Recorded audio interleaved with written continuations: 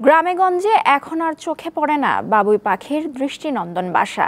আগের মতো নেই তালগাছ, পাশাপাশি ফসলে কীটনাশকের ব্যবহার বেড়ে যাওয়ায় বিলুপ্ত হচ্ছে পাখি।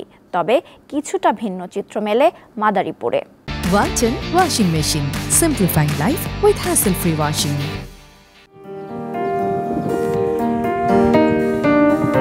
বাবুই পাখির ডাকি বলেছে চড়াই, কুড়ে ঘরে থেকে করো শিল্পের বড়াই।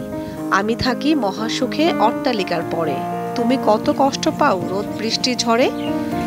কবি রজনীকান্ত সেনের স্বাধীনতার সুখ কবিতাটির মধ্যেই ফুটে ওঠে প্রকৃতির নিপুণ কারিগর বাবুই পাখির কথা।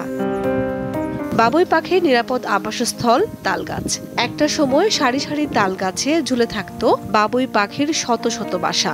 এখন তা আর তেমন চোখে পড়ে না। তবে মাদারীপুরের বিভিন্ন গ্রামে গেলে এখনো চোখে পড়ে তাল গাছে ঝুলছে অসংখ্য বাবুই পাখির বাসা।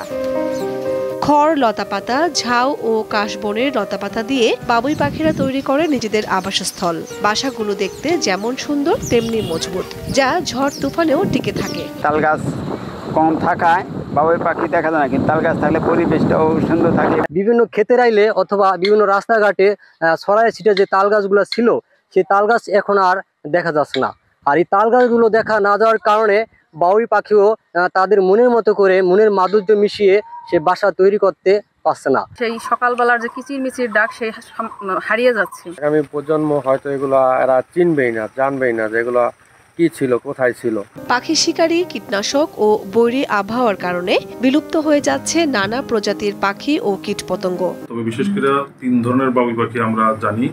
একটা হলো দেশি, দাগি আর হলো বাংলা। তবে দাগি এবং বাংলা যে বাবুই পাখিটা, এটা অনেকটা বিলুপ্তির পথে। তো দেশি বাবুই পাখি যেটা, সেটা সাধারণত নারকেল, তাল গাছ, রেন্টি, নারকেল গাছ, এগুলি সাধারণত বাসা বাঁধে। দেশি বাবুই পাখি সেটার এখনো বিচরণ আছে, বিশেষ করে সেফ জায়গা যেগুলো একটু গভীর জঙ্গল। তিনি বলেন, কীটনাশকের ব্যবহার কমিয়ে আনা এবং বেশি বেশি খেজুর ও তাল গাছ লাগালে বাবুই পাখি টিকিয়ে রাখা সম্ভব। দীপ্ত, বার্তা কক্ষ।